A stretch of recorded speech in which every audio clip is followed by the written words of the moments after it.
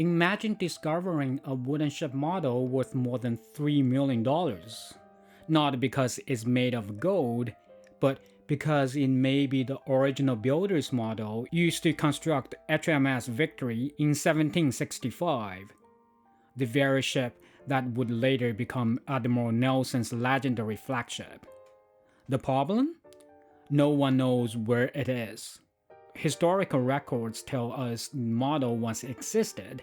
They even tell us where it was kept. But somewhere during the Royal Navy's massive 19th century reorganization, it's simply vanished. If that model is still out there somewhere, it wouldn't just be another historic ship model, it could be the most valuable ship model on Earth. And today, we're going to follow the paper trail, uncover the clues, and investigate what may have happened to one of the greatest missing treasures in maritime history. Well, why does this model matter? To understand why this missing model is so important, we first need to understand HMS Victory herself. Victory isn't just another famous sailing ship. She is arguably the most famous warship ever built. Her story spans nearly 3 centuries, from the height of the British Empire to the present day, and includes one of the most decisive naval battles in history. But here's the part many people don't realize. The Victory launched in 1765 didn't actually look like the Victory that fought at Trafalgar 40 years later. Over her long career, she was rebuilt, modified, modernized, and repaired so extensively that she became, in many ways, a different ship. That's exactly why the missing builder's model is so valuable. It preserves a version of HMS Victory that no longer exists. So let's quickly walk through her remarkable journey.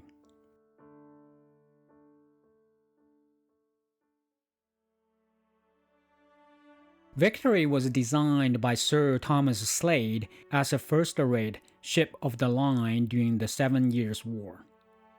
Construction began at the Chatham Dockyard in 1759 using more than 6,000 English oak trees. She was launched in 1765, but by then the war had already ended. Instead of sailing into battle, Victory spent the next 13 years quietly laid up in the River Medway, with her guns removed and even a protective roof built over her decks. She finally entered active service in 1778 during the American War of Independence, fighting at the First and Second Battles of Ushant before taking part in the relief of Gibraltar. Her reputation continued to grow. In 1797, as Admiral Sir John Jervis's flagship, Victory helped defeat a Spanish fleet nearly twice the size of the British force at the Battle of Cape St. Vincent. By the turn of the century, however, she was showing her age. Between 1800 and 1803, Victory underwent an extensive reconstruction. Her elegant 18th century stern galleries disappeared, replaced with the flatter, more practical stern most people recognize today. Her armament was upgraded, and much of the ship was rebuilt. Then came the battle that made her immortal. On October 21st, 1805, carrying Vice Admiral Horatio Nelson, Victory led the British fleet into the Battle of Trafalgar. She smashed through the combined French and Spanish line, survived the devastating damage, and helped secure British naval supremacy for more than a century. Nelson never lived to see the victory. He was mortally wounded aboard his flagship, forever linking his name with HMS Victory. After Trafalgar, Victory never returned to frontline combat. Instead, she spent more than 100 years serving as a depot ship, a prison hospital, and a ceremonial flagship, while slowly deteriorating in Portsmouth harbor. In 1922, following a nationwide preservation campaign, she was moved in Dry Dock No. 2, where she remains today as the world's oldest commissioned warship. She even survived the German bombing during the Second World War. And that's what makes the missing builder's model so extraordinary. The model was created before all of those rebuilds and alterations. It captured Victory exactly as her designers intended her to look in 1765, a version of the ship that history has almost completely erased.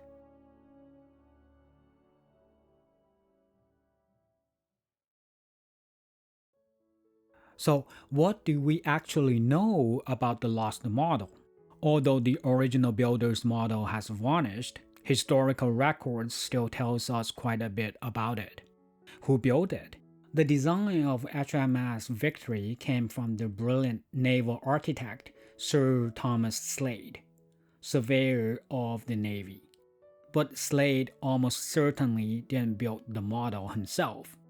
That job belonged to the craftsmen at the Chatham Dockyard. At the time, the yard was overseen by master shipwright John Locke, whose workshop employed some of the finest model makers, joiners, and woodcarvers in Britain.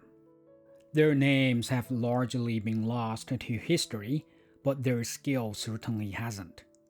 Working with the premium woods such as pear, apple, and boxwood, this anonymous craftsman recreated every frame, every beam, and every elaborate carving in miniature.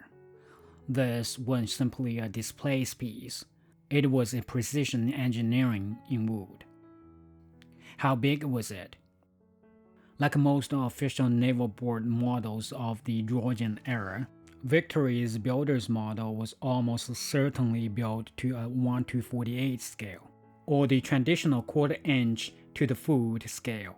Since the real HMS Victory measured 186 feet along her gun deck, the model would have been roughly 4 feet, or about 1.2 meters long.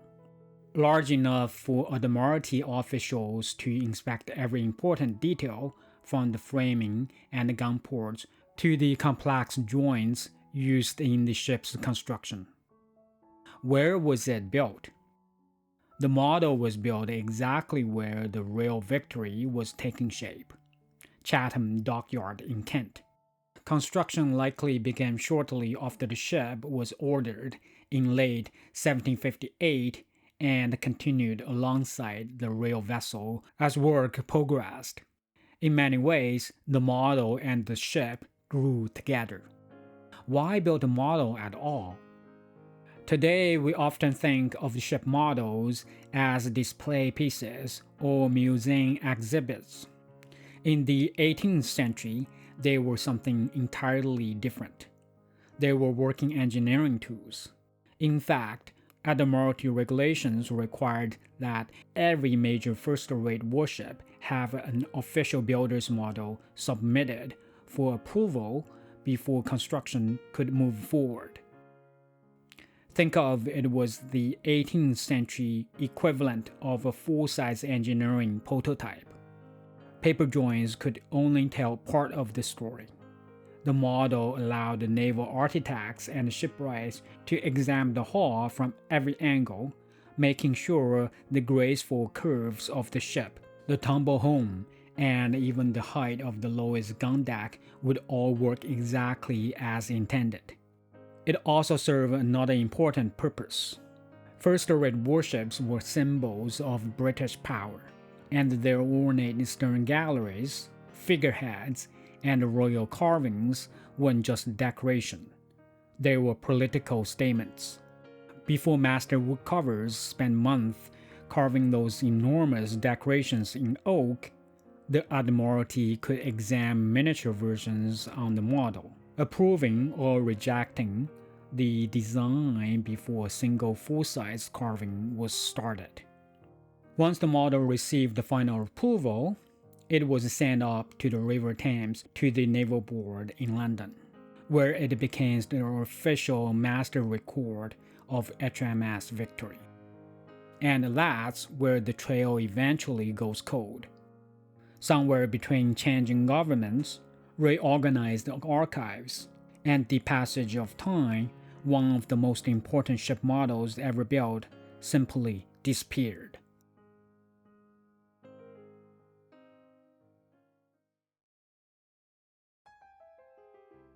So how does a full-foot ship model simply disappear? And that's where the real mystery begins. Ironically, the answer isn't a dramatic shipwreck or a daring theft. It's bureaucracy. By the early 19th century, the Royal Navy was undergoing one of the biggest administrative reorganizations in its history.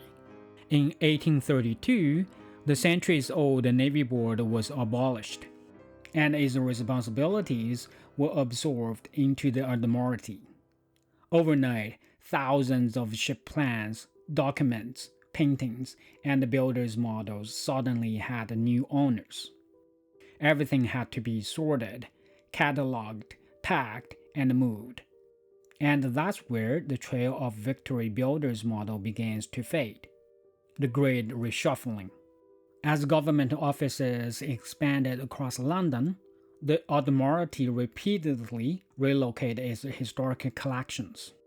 Models were moved from Somerset House to Whitehall, then Greenwich, and eventually into the collections that would later become today's national museums. Sounds straightforward, except it weren't. There were no professional museum curators overseeing the process, no barcode scanners, no digital databases.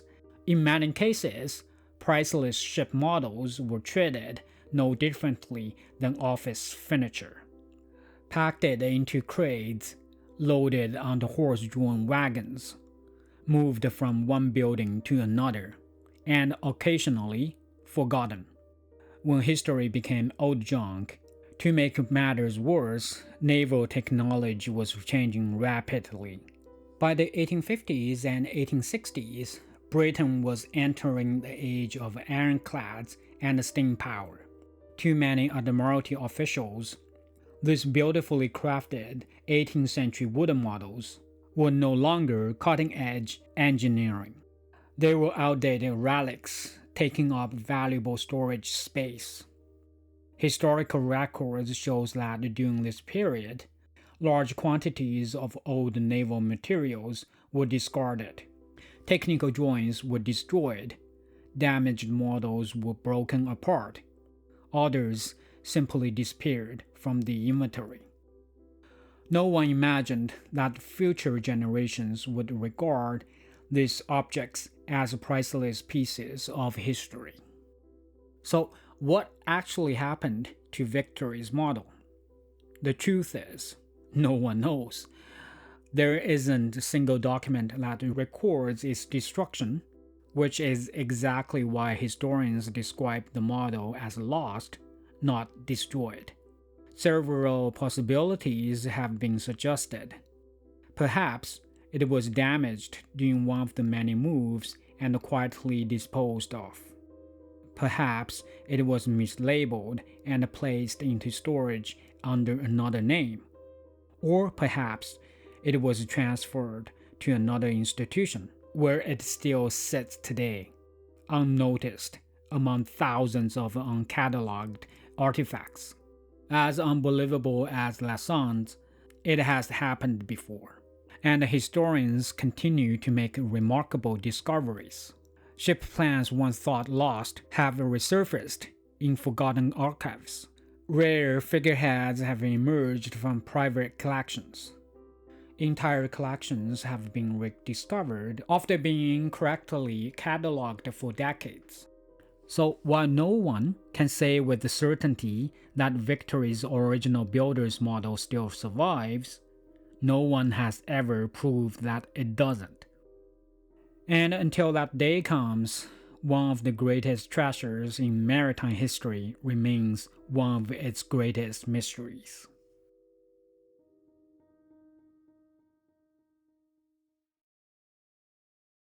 Today, nearly in every drawing, museum restoration, model kits, whether it's made from wood or plastic, even the full-size HMS Victory herself, are all based on her reconstructed 1805 appearance at the Battle of Trafalgar. But what if you wanted to build Victory exactly as she looked on the day she was launched in 1765? Thankfully, all is not lost.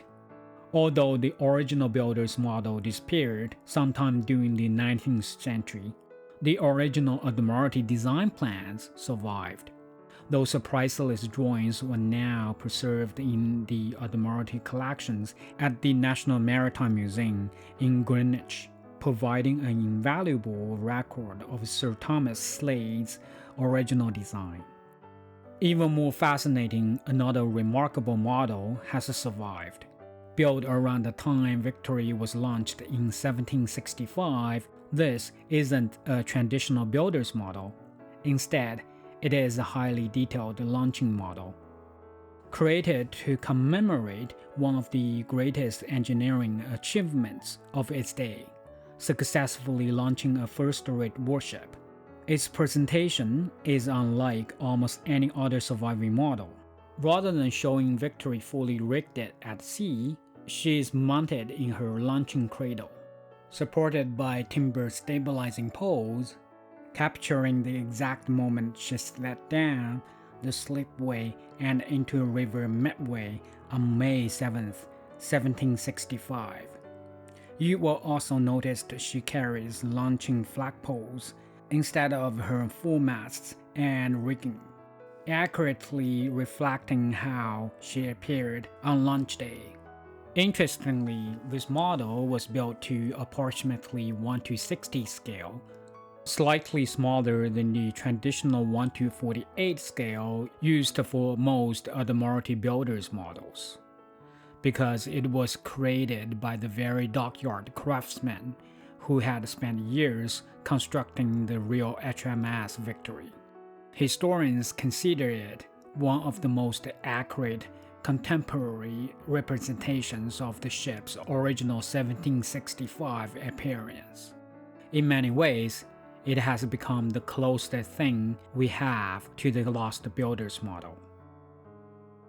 Thank you so much for watching. If you enjoyed this story, please consider subscribing for more videos exploring the history, craftsmanship, and mysteries behind the world's greatest ships and ship models. Until next time, happy model building.